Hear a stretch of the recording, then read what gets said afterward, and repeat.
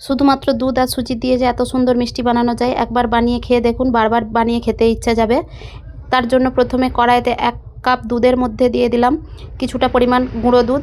গুঁড়ো দুধ দিয়ে ভালোভাবে মিশিয়ে নিয়ে কিছুটা ফুটে উঠলে এরপর দিয়ে দিলাম 1 চামচ পরিমাণ সুজি। সুজিটা দিয়ে আবারও নাড়াচাড়া করে দিয়ে দিলাম কিছুটা পরিমাণ ড্রাই ফ্রুটস। হালকা নেড়ে চেড়ে ঘন হয়ে গেলে ওর মধ্যে দিয়ে দিলাম কিছুটা ঘি। ঘি দিয়ে আবারও নাড়তে থাকবো।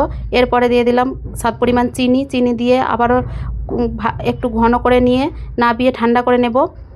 এখন একটা চিনির সিরাপ তৈরি করে নেব। তার জন্য 1/2 কাপ চিনির মধ্যে 1 কাপ জল দিয়ে জলটা ভালোভাবে ফুটে উঠে চিনিটা গলে গেলে সিরাটা আমি বন্ধ করে রেখে দেব।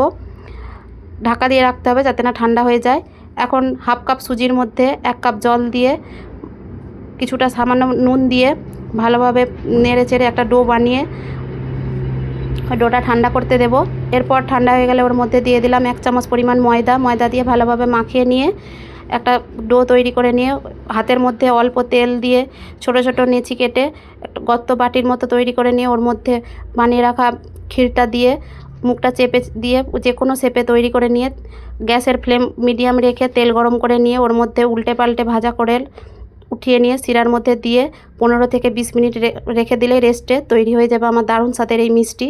একবার বানিয়ে খেয়ে দেখুন, দারুণ স্বাদের হয় এই মিষ্টি। অতিথি আপ্যায়নের জন্য দারুণ একটি মিষ্টি। তো ভিডিওটা যদি ভালো লেগে থাকে লাইক কমেন্ট শেয়ার করবেন আর আমার চ্যানেলটা ফলো করে পাশে থাকবেন।